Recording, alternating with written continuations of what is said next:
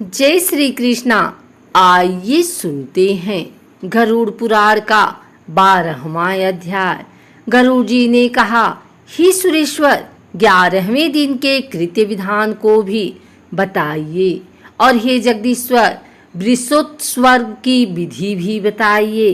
श्री भगवान ने कहा, 11वें दिन प्रातः काल ही जलाशय पर जाकर प्रयत्न पूर्वक सभी अवधर्वदैहिक क्रिया करनी चाहिए।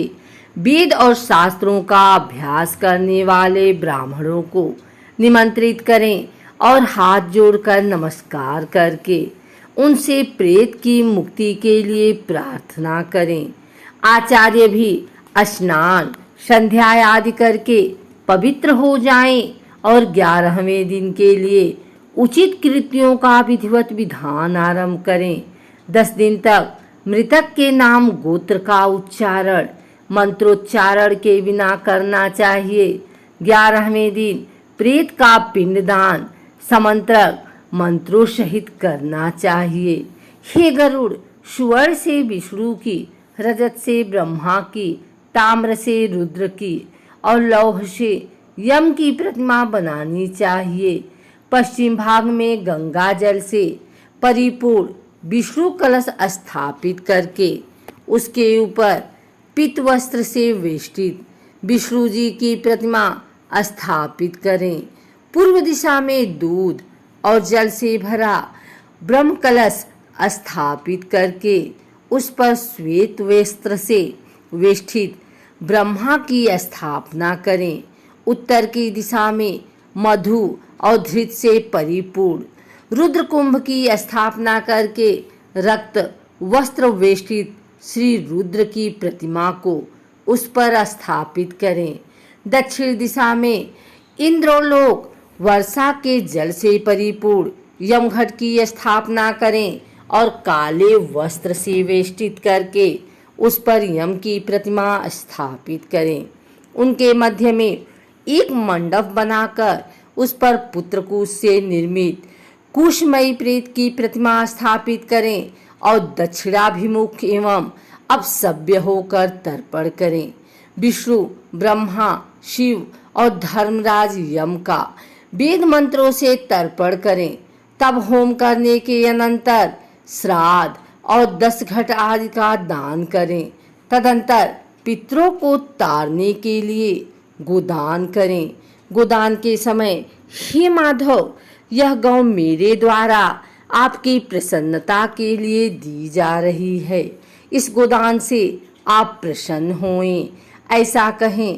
प्रेत के द्वारा उपभोक्ता भूषण, वस्त्र, वाहन तथा धृतपुर, काश्य पात्र, सप्तधान्य और प्रेत को प्रिय लगने वाली वस्तुएं एवं तिलादि 8 महादान जो अंतकाल में न किए जा सके हो, सैया के समीप रखकर सैया के साथ इन सब का भी दान करें। ब्राह्मण के चरणों को धोकर वस्त्र आदि से उनकी पूजा करें और मोदक, पुआ, दूध आदि पकवान उन्हें प्रदान करें। तब पुत्र शैया के ऊपर प्रेत की स्वर्णमयी प्रतिमा कांचन पुरुष को स्थापित करे और उसकी पूजा करके यथाविधि मृत सैया का दान करे। सैया दान के समय इस मंत्र को पढ़ें। हे विप्र, प्रेत की प्रतिमा से युक्त और सभी प्रकार के उपकरणों से समन्वित यह प्रेत सैया, मृत सैया मैंने आपको निवेदित की है। इस प्रकार पढ़कर कुटुंबी ब्राह्मण आचार्य को वह शैया प्रदान करनी चाहिए। इसके बाद प्रदक्षिणा और प्रणाम करके विसर्जन करना चाहिए। इस प्रकार सैयादान, नमक आदि श्राद्ध और वृषोत्सर्ग का विधान करने से प्रेत परम गति को प्राप्त होता है। 11वें दिन विधि पूर्वक हीन अगावले रोगी अत्यंत छोटे बछड़े को छोड़कर सभी शुभ लक्षणों से युक्त वृष का विधि पूर्वक उत्सर्ग करना चाहिए। ब्राह्मण के उद्देश्य से लाल आँख वाले, पिंगल वर्ण वाले, लाल सिंह, लाल गला और लाल खुर वाले, सफेद पीठ, तथा काली पीठ वाले वृषभ का उत्सर्जन करना चाहिए। क्षत्रिय के लिए चिकना और रक्तवर्ण वाला, वैश्य के लिए पीतवर्ण वाला और शूद्र के लिए कृष्ण वर्ण का वृषभ वृषोत्सर्ग के लिए प्रशस्त माना जाता है। जिस वृषभ का सर्वांग पिंगल वर्ण का हो तथा पूंछ और पैर सफेद हो, वह पिंगल वर्ण का वृषभ है। पितरों की प्रसन्नता बढ़ाने वाला होता है। ऐसा कहा गया है, जिस वृषभ के पैर, मुख और पूंछ श्वेत हो तथा शेष शरीर लाख के समान वर्ण का हो, वह नील वृक्ष कहा जाता है। जो वृषभ रक्तवर्ण का हो तथा जिसका मुख और पूंछ पांडुर वर्ण का हो तथा खुर और सिंगल या पिंगल वर्ण के हों, उस रत्नशील वृषभ कहते हैं। जिस साड़ के समस्त अंग एक रंग के हो तथा पूंछ व खीर पिंगल वर्ण का हो, उसे नीलपिंग कहा गया है। वह पूर्वजों का उद्धार करने वाला होता है। जो कबूतर के समान रंग वाला हो, जिसके ललाट पर तिलक सी आकृति हो और सर्वांग सुंदर हो, वह बभ्रुनील वृषभ कहा जाता है। जिसका संपूर्ण शरीर नील वर्ण का हो और दोनों नेत्र रक्तवर्ण के हो, उसे महानील वृषभ कहते हैं। इस प्रकार नील वृषभ 5 प्रकार के होते हैं। वृष का संसार करके उसे अवश्य मुक्त कर देना चाहिए, घर में नहीं रखना चाहिए। इसी विषय में लोक में एक पुरानी गाथा प्रचलित है।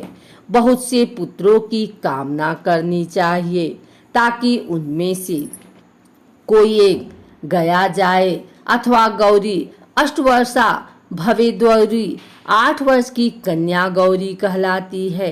कन्या का विवाह करे या नील वृक्ष का उत्सर्ग करे। जो पुत्र वृषोत्सर्ग करता है और गया में श्राद्ध करता है, वही पुत्र है। अन्य पुत्र विष्टा के समान है। जिसके कोई पूर्वज रौरवादि नरकों में यातना पा रहे हों, 21 पीढ़ी के पुरुषों के सहित वृषोत्सर्ग करने वाला पुत्र उनको तार देता है। स्वर्ग में गए हुए पितर भी इस प्रकार वृषोत्सर्ग की कामना करते हैं। हमारे वंश में कोई पुत्र होगा जो वृषोत्सर्ग करेगा, उसके द्वारा किए गए वृषोत्सर्ग से हम सब परम गति को प्राप्त होंगे। हम लोगों को सभी यज्ञों में श्रेष्ठ वृषभ यज्ञ मोक्ष देने वाला, इसलिए पितरों की मुक्ति के लिए यथाशक्ति विधान से सभी प्रयत्न पूर्वक वृषज्ञ अर्थात वृषोत्सर्ग करना चाहिए। वृषोत्सर्ग करने वाला ग्रहों की तदत मंत्रों से स्थापना और पूजा करके होम करे तथा शास्त्रानुसार वृषभ की माता गौओं की पूजा करे। बछड़ा और बछड़ी को ले जाकर उन्हें कंकड़ बांधे और वैवाहिक विधान की विधि के अनुसार स्तंभ में उन्हें बांध दे। फिर बछड़ा और बछड़ी को रुद्र कुंभ के जल से स्नान कराएं, गंध और माल्य से सम्यक पूजा करें, उसकी प्रदक्षिणा करें। तदंतर वृक्ष के दक्षिण भाग में त्रिशूल और वाम पर्द में चक्र चिन्हित करें। तब उसे छोड़ते हुए हाथ जोड़कर पुत्र इस मंत्र को पढ़े। पूर्व काल में ब्रह्मा के द्वारा निर्मित तुम वृक्ष रूपी धर्म हो। तुम्हारे उत्सर्ग करने से तुम भवाड़ों से पार लगाओ। इस मंत्र से नमस्कार करके बछड़ा और बछड़ी को छोड़ दें। भगवान विष्णु ने कहा, इस प्रकार जो वृषोत्सर्ग करता है, मैं सदा उसे वर प्रदान करता हूँ और प्रेत को मोक्ष प्रदान करता हूँ। अतः वृषोत्सर्ग कर्म अवश्य करना चाहिए। अपनी जीवित अवस्था में भी वृषोत्सर्ग करने पर वही फल प्राप्त होता है। पुत्रहीन मनुष्य तो स्वयं अपने उद्देश्य से वृषोत्सर्ग करके सुखपूर्ण परम गति को प्राप्त होता है।